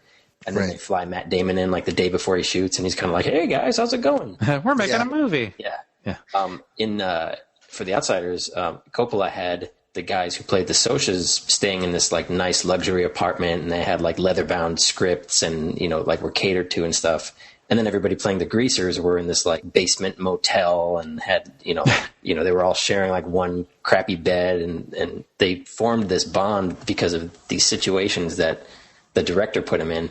And then so when they would film these scenes, there was like this natural animosity, the groups towards each other, but then also this camaraderie of these actors together. And there's a funny story about Tom Cruise, because I guess the kids playing the greasers, like they pretty much tormented everybody who worked at this motel, and they played a lot of pranks, and they littered and they vandalized and they did all this stuff and just like tore the place down almost. And then I guess years later, a guy who worked at that motel ran into Tom Cruise. Okay. Sort of like, hey, like funny story. Like I worked at the such and such motel when you were doing The Outsiders. And I guess Tom Cruise like puts his hand on the guy's shoulder, and the first thing he says is, "Oh man, I am so sorry." That's really funny. Yeah. Can you imagine? Like, I remember when I was going to a youth group when I was in like junior high or whatever, and we would go to like a hotel like for the night just for something fun to do and whatever. And like, I mean, we were like decent kids, and we were like raising hell. You know what I mean? Like we would like take the mattresses out of the room and put them all in one room and make a super fort. And like, I'm just thinking, like, can you imagine these entitled actor kids running around in a hotel? Right. I mean, that must have been a nightmare.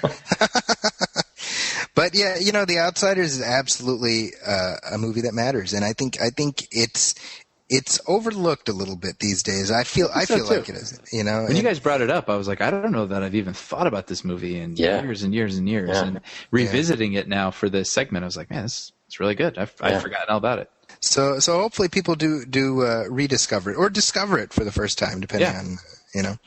As we do each week, we have a movie quiz. I believe this week, Brian, you're on deck to dole out the questions. I am so sorry, guys. I started it and I got so swept up in everything. And nice. I literally forgot about it till right now. I'm so sorry. No worries. Okay, so Brian, you're on deck for next time. So we'll make sure. I actually had a backup in case this happened. Yeah. Oh man. Oh, I feel like that. I'm sorry, guys. No, because the whole thing. Hey, Brian. You know what that means, Brian? He was expecting you to fail. I know. Because the whole thing, I kind of screwed the pooch with the last episode. Some of the questions weren't clear, and it was a little unclear as to who won. You pulled a Brian.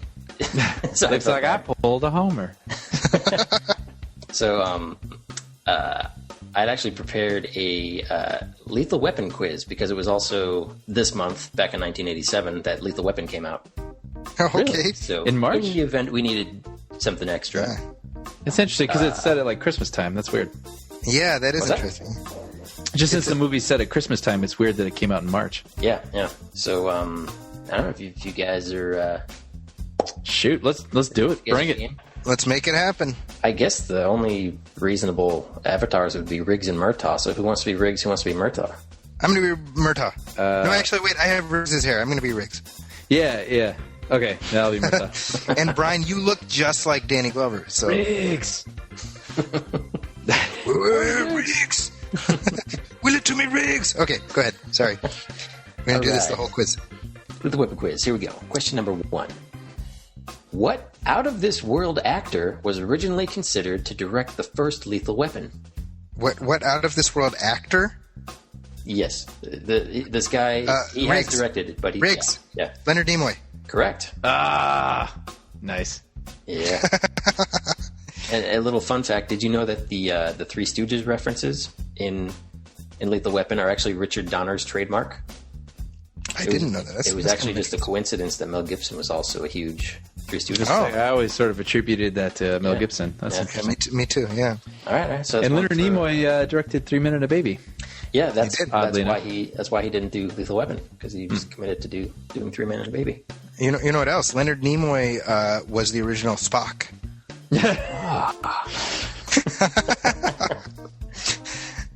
All right, question number 2. That's all right. One for Riggs. Okay, what caused screenwriter Shane Black to walk away from production of Lethal Weapon 2? Murtaugh. Riggs. Oh, damn it. Go ahead. I'm sure it was acting. I'm assuming it was. Do you want me to say the movie? Is that what it is? No, I actually hadn't finished reading the question. Forgiveness, please.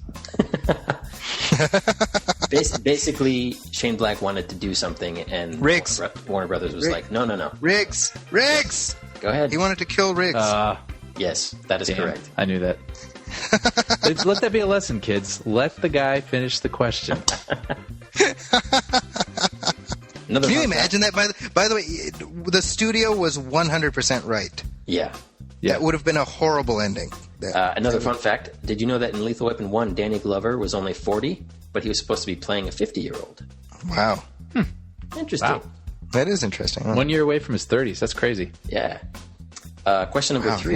Yeah, really. Question number 3 about Lethal Weapon 3. Okay. See what I'm doing here? Yes. In Lethal Weapon 3, Riggs and Murtaugh drive past a movie theater playing this movie, also directed by Richard Donner. Riggs. Yes. Lady Hawk. No. Oh, Murtaugh. Yeah. The Omen? Nope. It's I'll give you guys a hint. Think a little more lighthearted. Murtaugh. Yeah. Scrooged. No. Riggs. Yes. Goonies? No. See if I can give you another hint. Video killed the blank star. Riggs. Yes. Radio Flyer? Yep. Oh, interesting. I didn't know he directed that. Actually, I didn't either. Yeah. Now you. Man, that's a sad movie. That is. I know. Lighthearted. It's really lighthearted. I'm sorry. I was 3 in a row there for Riggsy boy. Yeah. Nice job. I love the smell of. I love the smell of Lethal Weapon quizzes. Smell like victory. The late, early morning, literally. That's right. That's right. Well, let's just wrap it up with a couple of. Here's question number 4 was about Lethal Weapon 4. And since Zaki is drinking, I'll read this fast for you, Brian. In Lethal Weapon 4, who was originally chosen for the role eventually given to Jet Li? Riggs. Yeah. Jackie Chan. Correct. Yeah. Well, that was the only other option. Well, it was going to be. No, they wanted Chris Rock to be the Jet Li character originally. Yeah. Jackie Chan turned it down because he never plays a bad guy. He never plays a bad guy. That's right. Yeah. And two more just fun facts here. These aren't. Don't need to ask you the questions here. Murtaugh. Carrie Fisher. Carrie Fisher was an uncredited script doctor for Lethal Weapon 3. Oh, interesting. And by the way, Carrie Fisher, she's been given some quotes about Star Wars. I don't know if you guys heard. Yeah, she said, "I'm going to be in it." So. That's funny because Harrison Ford had some quotes too, and he's just like, I'm looking forward to I think I'm gonna make an appearance in that picture. And, get off my plane! Yeah. That's literally how they interviewed. He spoke with WGN, by the way, so that was our old hometown. Yeah. Sorry, go on, Sean. No, it's not important anymore. No, I'm not here. When in Lethal Weapon 4, Richard Donner asked Jet Li to slow down during the sequences because he was moving faster than the camera shutter speed, and his moves weren't registering properly on film. I kind of remember that. There's a couple like awkward slow motion things just so you can actually see what he's doing. Yeah, when he takes the gun apart. Yeah. And I guess it was like repeatedly. It was like, nope, slower. No, please, just a little slower. Wow. Here's another interesting Lethal Weapon fun fact. December of '99 was the first time that I celebrated Christmas while being friends with Brian Hall. Aww. And Brian Hall gave me a $10 gift certificate to Sam Goody, and I used that gift certificate to buy Lethal Weapon. Nice. Yeah, that's a true story. Yeah. Taken how many years for that to come full circle now? I know, exactly. And William Peterson is Will Graham. Now you know the rest of the story. So I think that wraps us up for this week. Sean, am I correct? Is that do you have any more Lethal Weapon? You tell me. Well, I mean, I could keep going about Lethal Weapon. See, you happened to pick one of my. Little did you know that this is one of my fountains of useless information that I've stored for just this occasion. I think that brings us up to pretty much right near the end of another Movie Film podcast. We covered a lot of ground this time, but we have plenty more to talk about next time when we will be discussing G.I. Joe Retaliation. We'll have a lot to say about that. Yo, Joe. That's all Brian will have to say about that. What you just heard, that will literally be it. Yo, Joe. Yeah, there we go. He actually won't be here. We'll just have a recording of him just doing that. Brian, where can people find you online? Yo, Joe. I'm at Twitter at YoJoe. No, I'm just kidding. I'm at everythingbrian.blogspot.com. And Sean, how about you? Moosehub.com and MrBoyProductions.com and MovieFilmPodcast.com. And Facebook page, Facebook.com/MovieFilmPodcast. What are we forgetting? I think that's about it. And Zaki, where can people find you? As it happens, they can find me at ZakisCorner.com. That's ZAKIS Corner.com, as well as at the Huffington Post. I will have the full text of my interview with Larry Hama up there very shortly, so please do check that out. Also, as I ask you every week, make sure to go to iTunes and leave us a rating, leave us a review, get the word out. The more reviews we get, the more wide our audience will get, in theory, hopefully. So please do make that happen. On behalf of my friends, Brian Hall and Sean Coyle, my name is Zaki Hassan. This is the Movie Film Podcast. We will see you in 2 weeks.